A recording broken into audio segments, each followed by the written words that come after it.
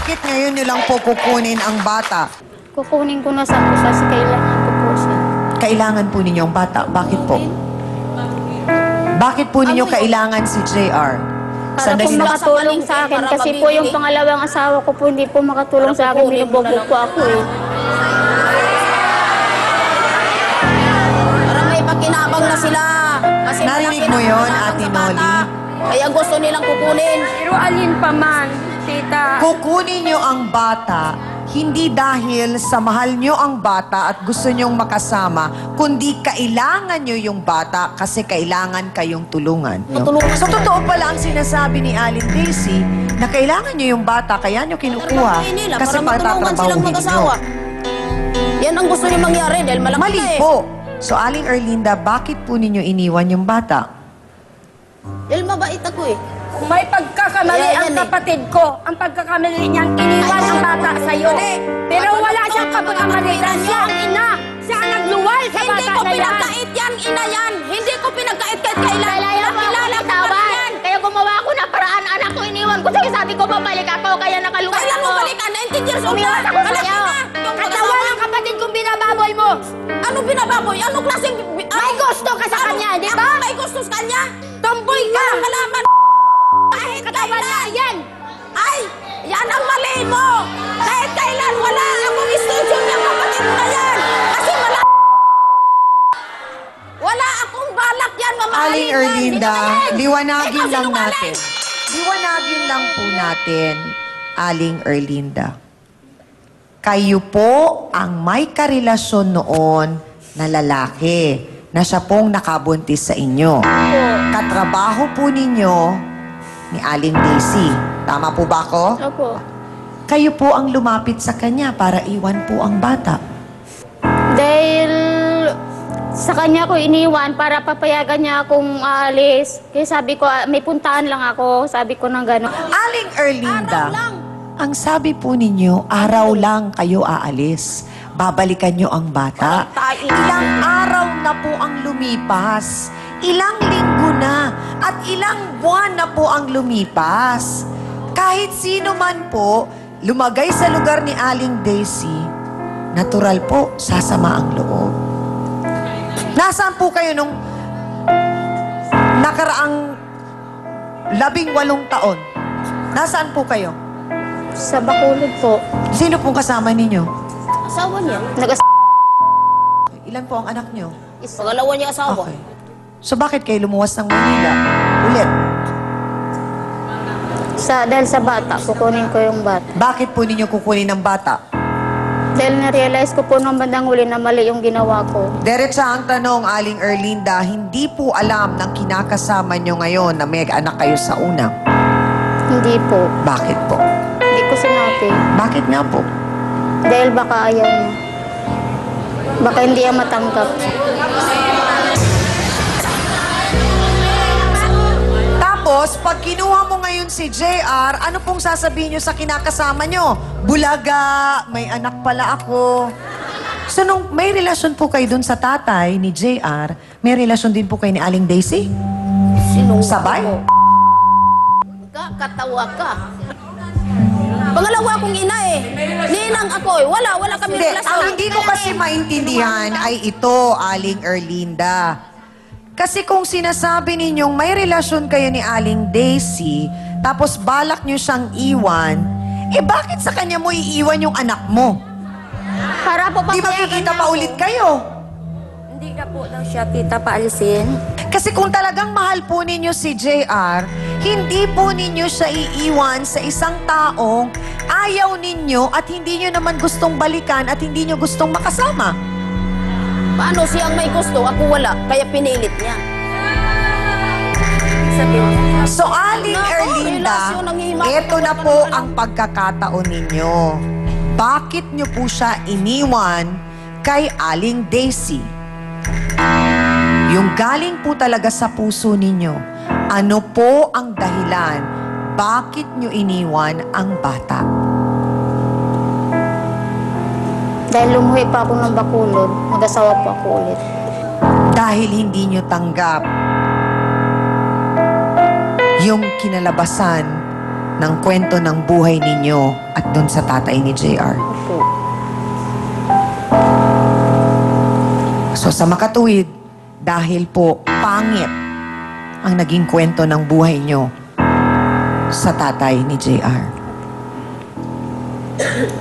Bakit si Aling Daisy ang pinagkatiwalaan nyo sa bata? Dahil may tiwala po ako sa kanya. Pilit ang sarili. At higit sa lahat, Aling Erlinda, kaya po ninyo piniling talikuran si JR at iwan kay Aling Daisy dahil ayaw nyo po na pag-uwi sa probinsya ay malaman ng pamilya po ninyo na nabuntis kayo. Tama po ba ako? So hindi po totoo na may relasyon kayo ni Aling Daisy. Gawa-gawa nyo lang po yun. Opo. Sinungaling. Yan na nga. Ilang taon po kayo noon nung kayo'y nabuntis? 20 po. At hindi niya naunawaan ang nangyayari. Kaya po ito, Ate Noli, ang hinihimay po natin ngayon at pilit nating iniisa-isa kung ano yung pinag-ugatan. Ang tanong po ng lahat ngayon, Attorney Ben, itong bata po na pinag-uusapan natin na iniwan dati kay Aling Daisy, ngayon po ay 19 years old na. Pwede na hubang ang bata ang mag-decide kung saan siya pupunta? Tama po yun, Chang, kasi unang-una, palibhasa nga itong si JR na ay nasa hustong gulang na ayon sa ating batas. Kasi ang legal age po ngayon ay 18. Kapag po kasi ang isang bata ay nakaabot na sa hustong gulang, 18 years old, generally, ay nawawala na yung emancipated na siya o kaya sinasabi nating nakawala na siya sa poder o parental authority ng kanyang mga magulang.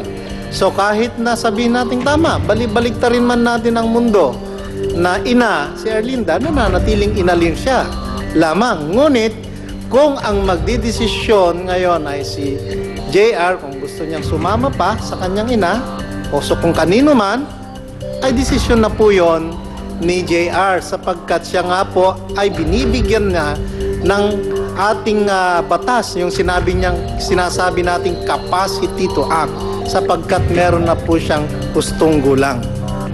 Subalit kapag ang isang magulang inabandona, rineject, iniwan o nineglect niya ang kanyang anak, nawawala ngayon yung karapatan ng ina o ng magulang na yon upang i-insist na yung kanyang anak ay suportahan siya, siyang amin. Yun po ang isang epekto nun. Pangalawa, kung halimbawa ang isang anak, itong magandang sitwasyon dito, o isang bata katulad ni JR, bagaman nasa hustong gulang na, subalit nung siya ay minor de edad, ay merong nagpakilala o may kumilala sa kanyang parang anak siya katulad ni Aling Daisy. Kahit na nasa 19 years old na siya, kung gustong maging tunay na anak ni Aling Daisy, si JR, pwede niyang i-adapt kahit pwede 19 pa years ho. old na po siya. Opo, yun po ang sinasabi ng Republic Act 8552 o yung ating domestic law na bago po ngayon. Salamat po, Attorney Ben. Si Aling Daisy nga po ang kinagisnan niyang ina, kaya Hindi naman naguluhan pumunta daw po siya siya, nang nanay, malamang gusto siyang bawiin ng kanyang inang nagluwal sa kanya. Ano nga ba ang nararamdaman mo sa lahat ng ito? Narito po si J.R. Dano. Pasok!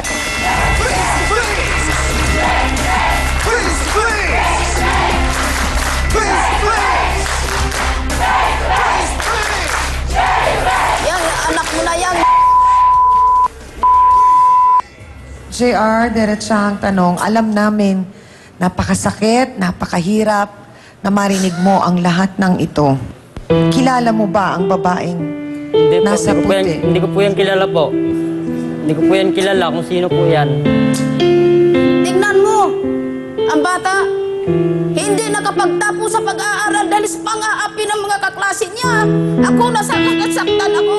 Dahil kulang din ang pag-aalaga mo. Tama ba? Paano mo sabihin nagkukulang? Bakit hindi Nga, nakapag-aral? hindi nag-aral dahil nahihiya. nakahiya. Tukso siya. Ikaw ang sinasabi mo, ikaw nagdadala, ikaw nagagay bilang magulang ng Inalagaan bata. ko ng Dapat maayos. inaaral mo. Hindi ko inaano yan. Aral ako mabuti. Hindi ko... JR, anong kadahilanan? Bakit huminto ka sa pag-aaral? Tinututso po ako ng mga klase ko po. Tinutokso ka na ano? Mga klase na fronta. Kalabaw daw po ako.